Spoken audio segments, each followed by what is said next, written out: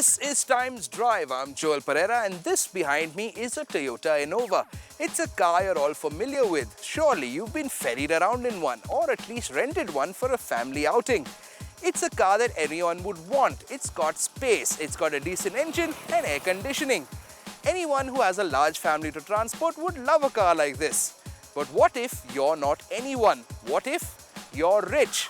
What if you need a car that more befits your station, Mr. Moneybags? The problem is, what if you're looking for a car, a premium car with space for more than 4 people? You're always going to have to look towards an SUV, either the Q7 or the X5 or even the Mercedes ML320. But what if you don't really want an SUV?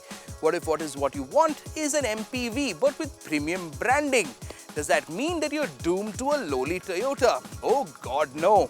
Because Mercedes have added to their alphabet soup of letters and numbers and launched the R350, the MPV for the truly loaded. Let's do it.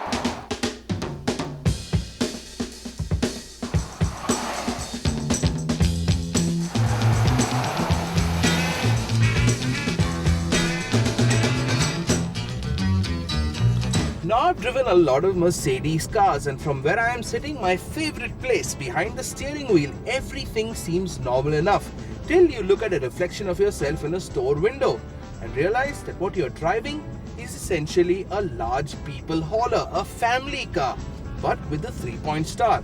So what you've got under the hood is a 3.5 litre V petrol that's putting out 272 bhp and 356 Newton meters of torque. Sounds fine, but let's just take those numbers into perspective. This is a massive car, weighing in at a tarmac tearing, asphalt sundering 2.2 tons. You'd think that with this kind of weight, the R-Class would move like a snail crossing a salt pan, but that's not what happens.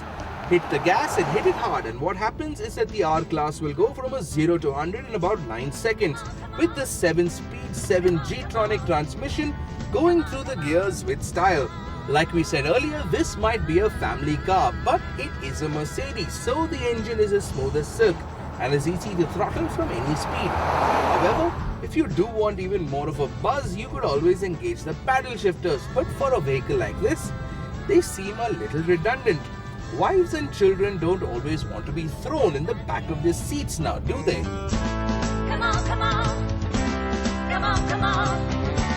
Come on, come on.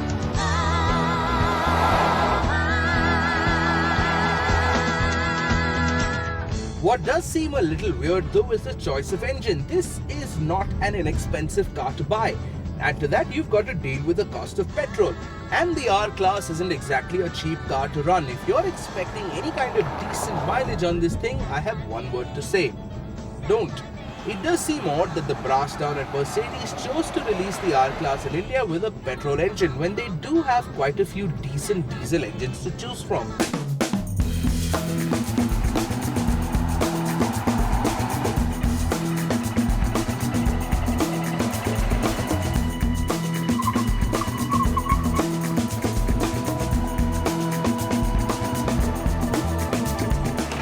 What works for the R-Class though is the ride. This is one comfortable automobile. You've got the heavy chassis, the super wide 255 tires and the Airmatic air suspension that pretty much destroys everything that comes in its path.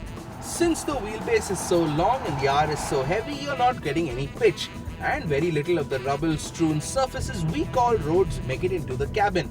What suffers though is the handling. Already regular Mercedes passenger cars have a bit of reputation for being a little plush, but trying to drive the R-Class hard, it's like trying to enter the Kentucky Derby on an elephant.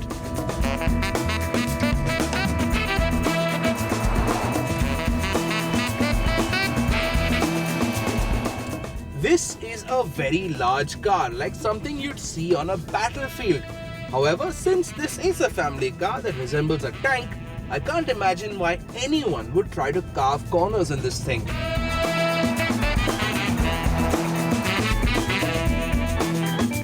When you do get into the rear passenger area of the R-Class, you can almost read the brief given to the engineers who were designing this car. We need to transport our pampered customers in the most comfortable manner possible. So make it happen. And they have. Let me reiterate again, this is a long, wide car, longer and wider than even that other German behemoth, the Audi Q7. So you know what I'm talking about. Space is used effectively and there's plenty for all. This is a 7-seater and we all know the 7-seater compromise. Fun for the front 2 rows, torture for the back seat. But that's not true with the R-Class. Sure, the mid-row is very comfy, but then the real test is the last. Normally doomed to holding children and midgets if you know any. However, in the R, the last row is actually usable and even getting to that last row does not demand any kind of tantric yoga moves.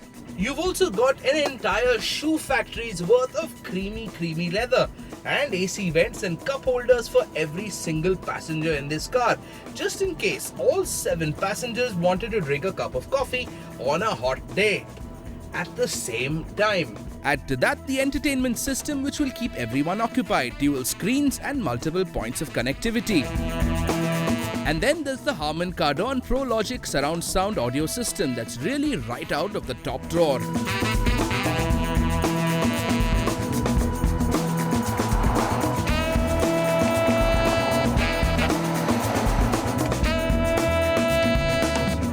So who do we think is going to buy this car? Mercedes is calling it the Royal Family Sedan, and so it is. And if you really need to move more than 7 people around in comfort and absolute luxury, there really is nothing else. But think about it, if you're a businessman, someone who travels a lot and with other people, suddenly the R-Class seems like an interesting bargain. It's huge, sure, but does not have the ostentation of an SUV. And if you're willing to sacrifice the poshness of an S-Class while getting more space and great ride, and added ground clearance for when the roads are not as good, the R-Class becomes the perfect car. But that's only if you have 65 lakh rupees to spend. We're moving now from the Mercedes R-Class to all the news from Planet Auto. Sales figures of some car companies haven't been as bountiful as they have been these past couple of months. Even though there were increases in sales over the same period as last year, reported increases were marginal. Multiple valid reasons were cited. The hike in interest rates and the increase in fuel prices were the primary reasons why Joe Public stayed away from car showrooms. Let's begin with Hyundai. Domestic sales increased by a marginal 2% over the same period of time last year, with the company selling 47,766 cars. Over 46,808 cars sold over last year. The real driver for Hyundai numbers seems to be the just launched Verna. Hyundai claims that they've received about 12,000 bookings for the car already.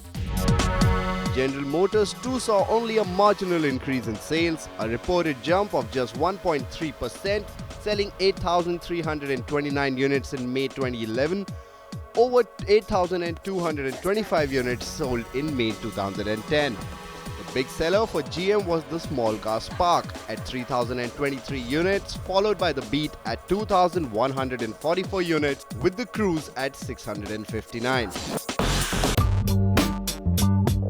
Nissan had a better May, with 1,566 units of the Micra being sold in India against 1,198 units of the Micra being sold last month. Honda too saw sizable positive growth of almost 16%, selling 2,334 units in May 2011 over 2,012 units in the same time last year. Seller for Honda was the City, 1,828 cars sold.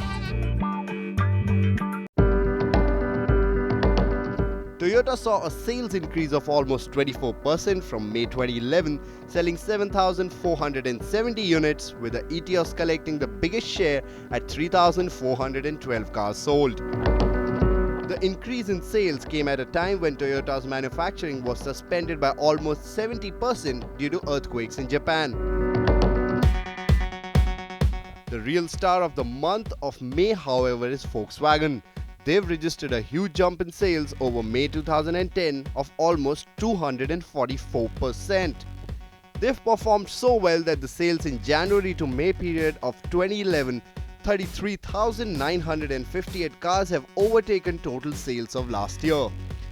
VW sales in May 11 clocks at 6,185 vehicles, with the Polo being the real performer at 3,486 units sold.